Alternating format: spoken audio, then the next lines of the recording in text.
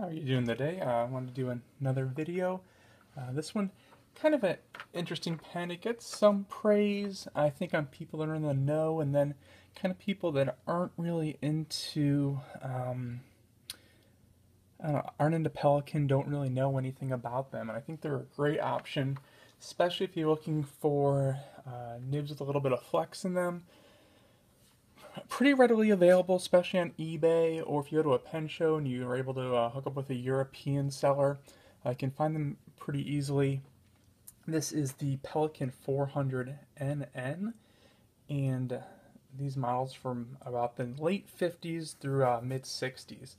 And just to kind of go through the 400NN, they did start with the 400, which originally the easiest way to tell these apart is I'm leaving this angle. As you can see, the top of the cap is rather pointed, and also the piston turning knob is also rather pointed, and that's usually the easiest way to tell the models apart.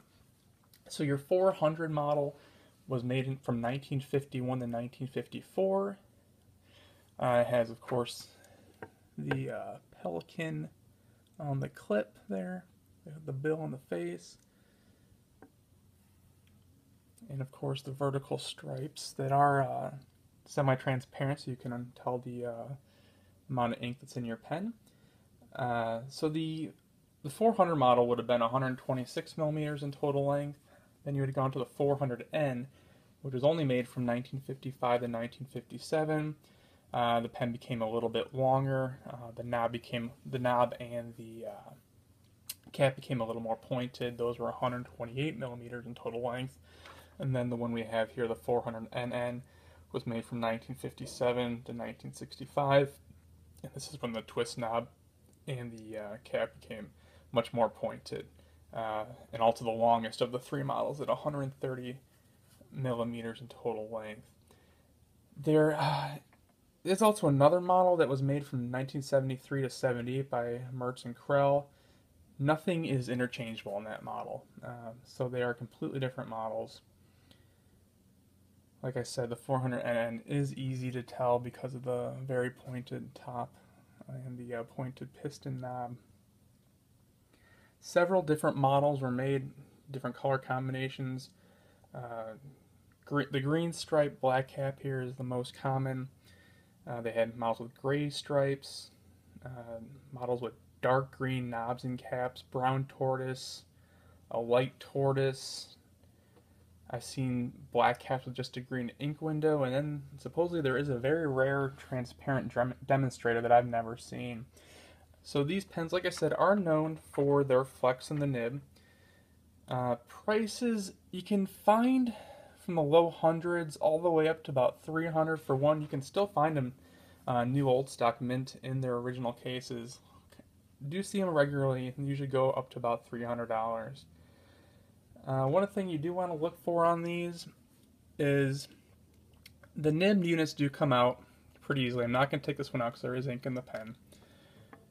And to kind of show you these, so these fins are one thing you want to look for to make sure there's no cracks in those. Let me get a little bit of light on here, and maybe there you go. So there's the fins look like. So you want to make sure there's no cracks in those. See, this one is a beautiful double broad. It's more like an italic, more true italic than cursive italic. It can be sharp, but it is a double broad. And these nib units do unscrew rather easily. So you want to make sure you have a black collar, because those did stand up a little bit better to the early ones that had a clear collar. But like I said, these do just pop right out. See, it is it's a pretty small pen. Put the cap back on here just so you can give an idea. Here it is next to a Lamy Safari. Just to get an idea, they are small. Put them right next to each other. So it is a smaller pen.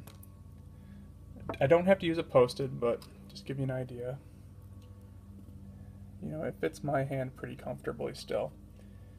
And there's a look at that nib.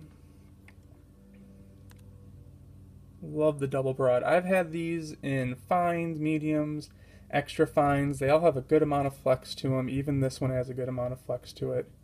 You can see that's a pretty sharp Italic double broad. They all will be marked on the nib underneath the logo there. This one does say BB on it for double broad.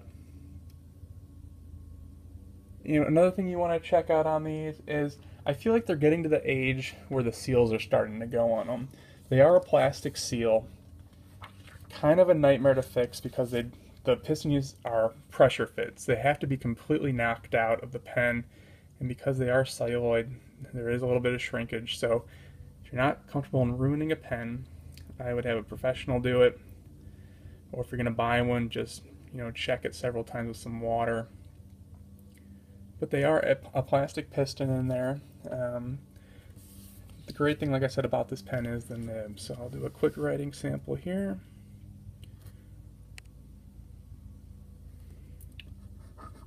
See, this is me putting no pressure on it.